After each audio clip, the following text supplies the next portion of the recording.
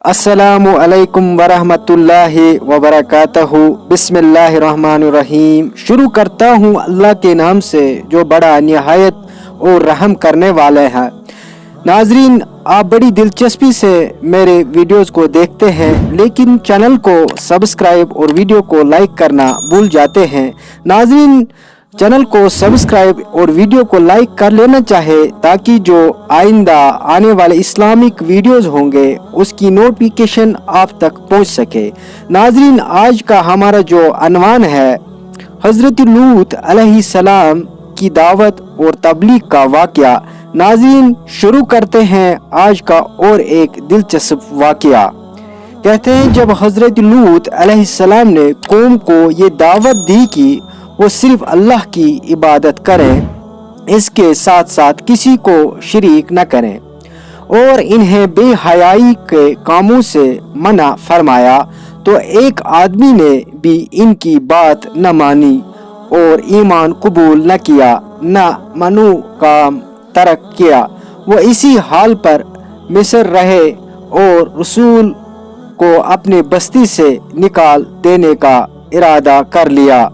वो इतने बेअक्ल थे कि उन्होंने पैगंबर की बातों का सिर्फ यही जवाब दिया, लूत के घर वालों को अपने शहर से निकाल दो, ये लोग पाक रहना चाहते हैं। जो खूबी हकीकत में काबिल तारीफ थी, इन लोगों ने इसको ऐसे अजीब के तौर पर जिक्र किया जिसकी वजह से इन्हें बस्ती से निकाल देना ज़रूरी समझा।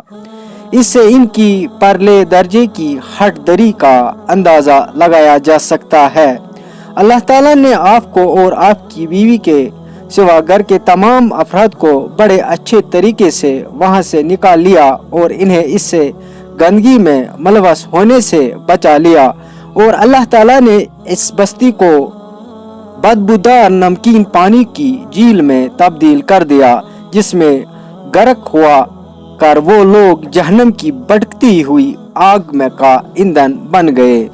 उन्होंने हज़रत लूत अलैहिस्सलाम की दावत व तबलीग कबूल करने से सिर्फ इसलिए इनकार किया कि आप इन्हें इंतहाई मकरवा और गनाहवानी बेहयाई से मना फरमाते थे जिसका इर्तिकाब इनसे पहले दुनिया में किसी ने नहीं किया था।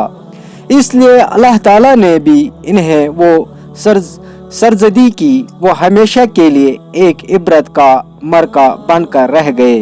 इसके अलावा वो रियासतों में डाके डालते, मुसाफिरों को लौटते, दस्तूर से खयानत करते, आम इज्तिमा के मुकामात पर तरह तरह की फाश बातें और फाश हरकत करते, बल्कि बाज़ अवकात मजलिस में भी बदफअली का इर्तिकाब करते और बिल्कुल हया न करते। इन पर न किसी की नसीहत का असर होता था, न किसी के समझाने से बाज आते थे।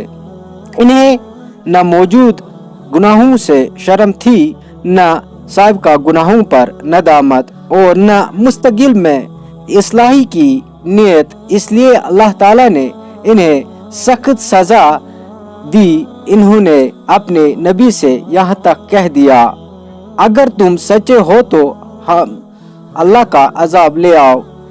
गोया हज़रत लूत अलैहिस्सलाम ने जिस अजाब से डरते थे उन्होंने खुद ही इसका मुतालबा कर डाला।